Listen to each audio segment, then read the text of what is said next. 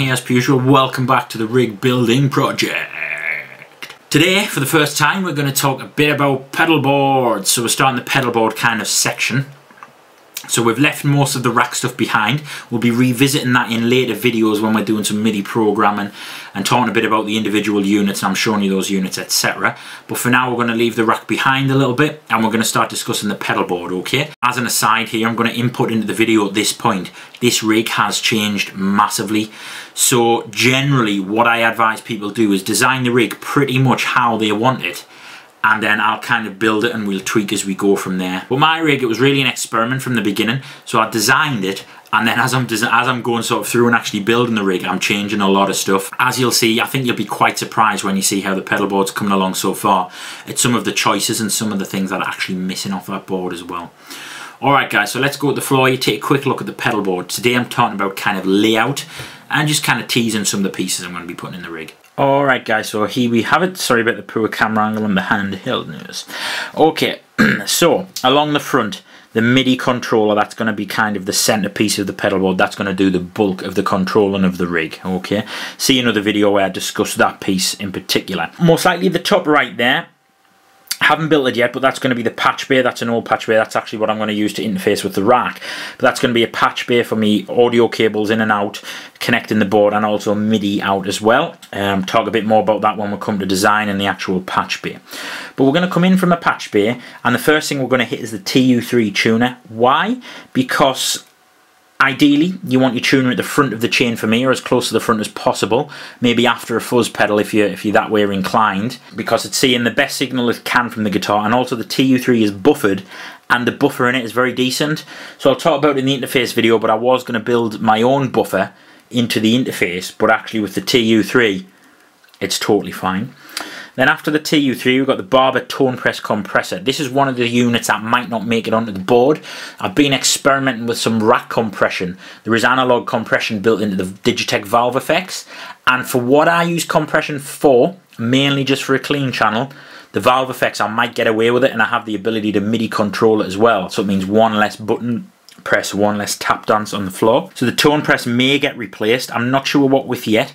I'm fancying either some kind of cool envelope filter or possibly a volume pedal as well. Then we're going to go into the wah, Crybaby wah, modded by myself, the Iron Tone mods, and then we're getting to the drive section. So at the minute, all these drives will be getting kind of auditioned and things like that, but then roughly we're going to be running into the Bob Burt Clean Boost, or secret possibly the Iron Tone Boost that I'm working on. Then we're going to go into the Iron Tone Crank Combo, which is kind of my fuzz of choice. I've placed it after the buffer because the buffer in the TU3 has a strange impact on the Iron Tone Crank Combo. And buffers have a strange impact on fuzzers. Some fuzzers like them, some don't. The Crank Combo was designed to work after a buffer, but it's not the same kind of tone. You get a lot of extra low-end octave, and it's a little bit more fuzzy as well and glitchy, and I like it, I dig it. Then it's going to go up to the overdrive of choice, which at the minute is the BB Preamp MB. Most likely going to go with that unit, I think. And then down into this you haven't seen for a while, the Bob Burt Great Distortion or Multi-Distortion. Couple of sounds in that I really like, and it's also a great kind of amp in a box. So heaven forbid in a live situation, if I blew a valve or the amp went down for whatever reason, I could plug the pedal board straight up into the rack. So I'll go through the pedal board straight up into the rack and then out into some kind of cabinet simulator into the PA, and for all intents and purposes the multi-drive would literally be my amp and would provide kind of the distortion, the basic tones. It wouldn't be ideal, but it would get us through a gig. And then of course behind that, the mint tin full of picks and goodness. And of course behind that, just to the right of that, the Voodoo Lab Pedal Power 2 Plus. So as you can see, I've just put some wood blocks underneath the kind of pedals on the second row there. I'm going to come up with some kind of system to get them raised off the floor, but kind of be hollow so I can still run cables underneath and through it. Adam, where the hell are the Arion SCH1s? At least one of them on the board. Why is your favourite chorus pedal not on that board? Here's why my favourite chorus pedal is not on that board. Arion SCH1, absolute favourite chorus pedal. Does chorus amazingly well and does a very decent Leslie kind of simulation sound as well. Beautiful, beautiful sounds. Love them to bits. Might have been reasonably reliable, but the buffers in them, they're kind of hit and miss. It depends where they are on the signal path and what kind of amp you're using, etc. Whereas the buffer in the TU3 is a lot more consistent. I can plug that in pretty much any rig and it buffers, it does well. The Arion SCH is a lot more rig dependent and it's a ball ache, to be totally honest with you. So I would want to run them both in a loop pedal, a true bypass loop pedal, which isn't a problem. However, I've actually found and created some really nice chorus and Leslie sounds in the Digitech valve effects. The only reason I didn't have that in the rack originally is because I was using that as kind of like a studio interface, and for teaching and stuff we could plug into that, and it was really simple.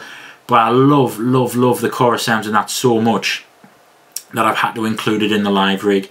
Honestly, it sounds phenomenal. I've got a great 6-voice chorus in there, so it's like a 4-voice multi-chorus and then a 2-voice stereo chorus, and it sounds phenomenal. It's kind of the chorus sound I want. It's not quite the Arion SCH ones stacked, but it does sound absolutely great, and it means that I'm not pressing as many buttons, and all the modulation and stuff then can take place in the effects loop without needing to run extra cables to the board. And also the Arion SCH ones are kind of funny in an effects loop. They don't really like it. The buffers do suck tone in an effects loop. Not great, so you have to run it in front of the amp really. And yeah, just a bit of a ball ache, like I said. The clean tone has changed. The same basic kind of ideas are there, but I've got a lot more variation now and a lot more sounds I can explore within the Digitech valve effects. Compressor, like I said, the valve effects also has an analog compressor built into it.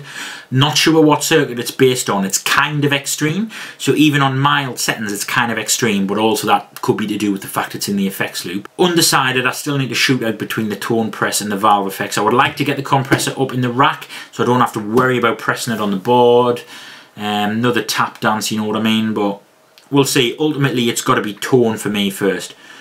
Tone's the most important thing, then kind of ease of use and functionality for me. The tone has to be there for me. Cool, I might end up with a couple extra overdrives on the board, who knows. I'm always, you know me, overdrive and chorus is kind of my thing to experiment with. But yeah, coming along really great. I mean, I'm basically going to have a pedal board of kind of preamps or special effects, and then all of the real sort of effects and the bulk of the effects are going to happen in the rack. It's going to mean it's a lot easier to set up. It's going to eliminate 2 extra cables because I'm not running cables from the rack in the effects loop back down to the board. It's going to make the interface easier. It is going to make everything a bit easier, and it's going to make everything sound slightly better as well. So yeah, there's my 2 cents on it, guys. Any questions or suggestions, comments, etc. you need help with anything, or you have any ideas for my rig, please do post below, email me, call me, whatever you want to do. Until next time, guys, take it easy.